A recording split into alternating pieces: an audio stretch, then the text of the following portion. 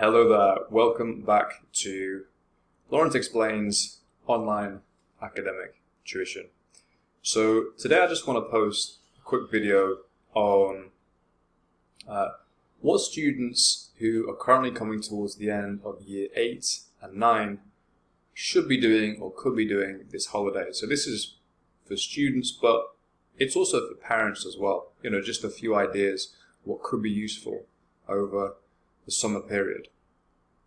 So first of all, the first thing is, to make sure that you have a fun and exciting holiday lined up. So as well as taking a break, you want to be doing, interesting, active things as far as that, possible and accessible. So I think it's really good when students are able to engage in some sport, music, drama, whatever these kind of, extracurricular development things happen to be. They tend to be really great for students just in terms of the overall development. So that would be point number one. Tip number one, take a break, relax. It's been a strange year, but also get engaged and stimulated with some, activity of some kind. As I say, whether it's sport, music, whatever the case is.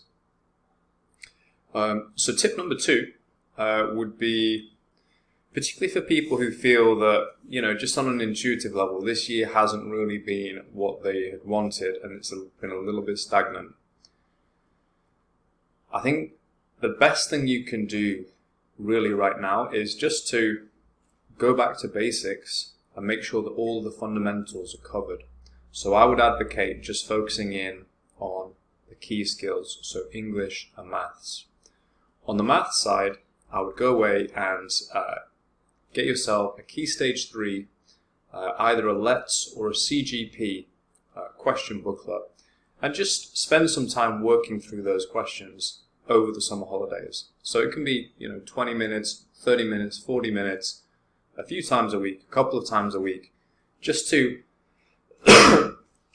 gauge where you are at the end of the year, and also just to keep your mind going as well through the summer, just to keep your brain stimulated a little bit. So that would be my tip on the math side.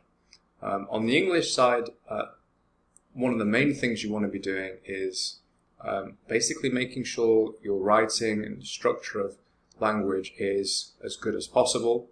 There's different ways to go about this. I actually have a course which I'm going to show you now, which really is built just to create this scenario. So this is my website, www.lawrenceexplains.com, LAWRENCE explains.com, and in this section, the online tuition section, there's a section that goes courses. Click on the courses and that will take you to the Teachable link, and we've got two courses.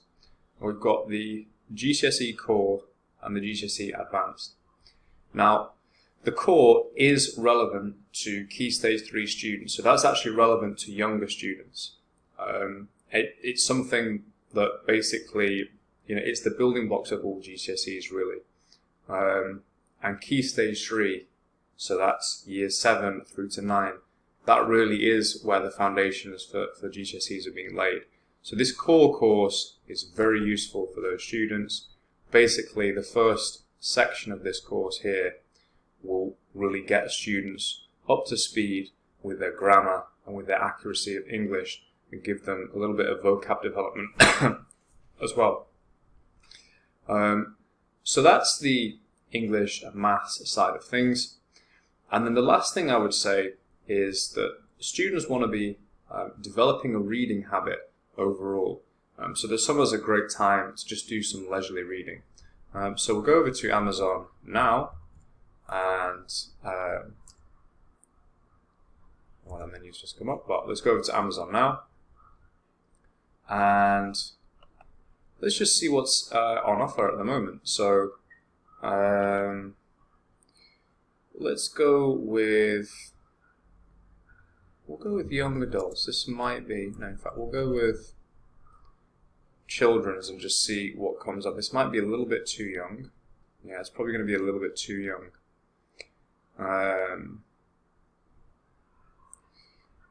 what else we have there? We've got Rashford's autobiography. That could be an interesting one. Ronaldo as well. But let's have a look now at young adults.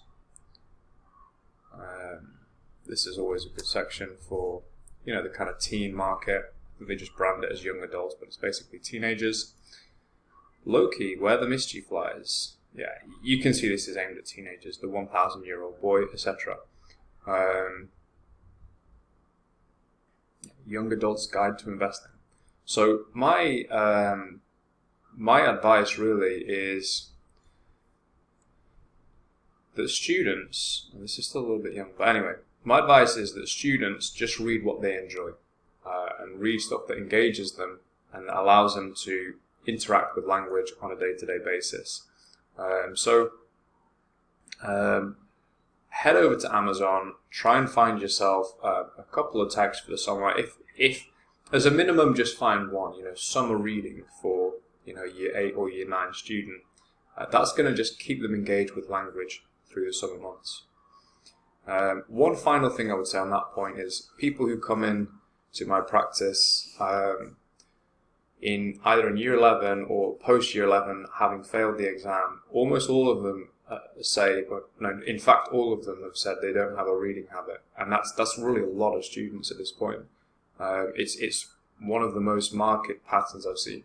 Students who don't have a reading habit will tend to struggle more on this exam, GCSE English Language and Literature, and people who do have a reading habit will tend to find it a bit more straightforward. So that's just kind of common sense information, but I don't know that it's always maybe emphasized as much as it could be. So those are 3 tips for the summer. Have a relaxing, engaging time. Enjoy the holidays. Be active, as much as is possible at the moment. Secondly, fundamentals with English and maths. So there's the LETS, the CGP, and my course, which will cover all of that stuff for you. And then thirdly, just getting into a little bit of a reading habit.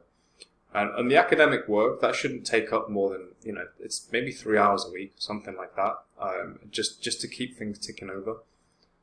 So it's very little commitment, really, and probably even less, probably 2 hours a week, which is whatever student, can commit. So it's very little, and the returns are pretty significant. So with that, I will leave you, and have a good week.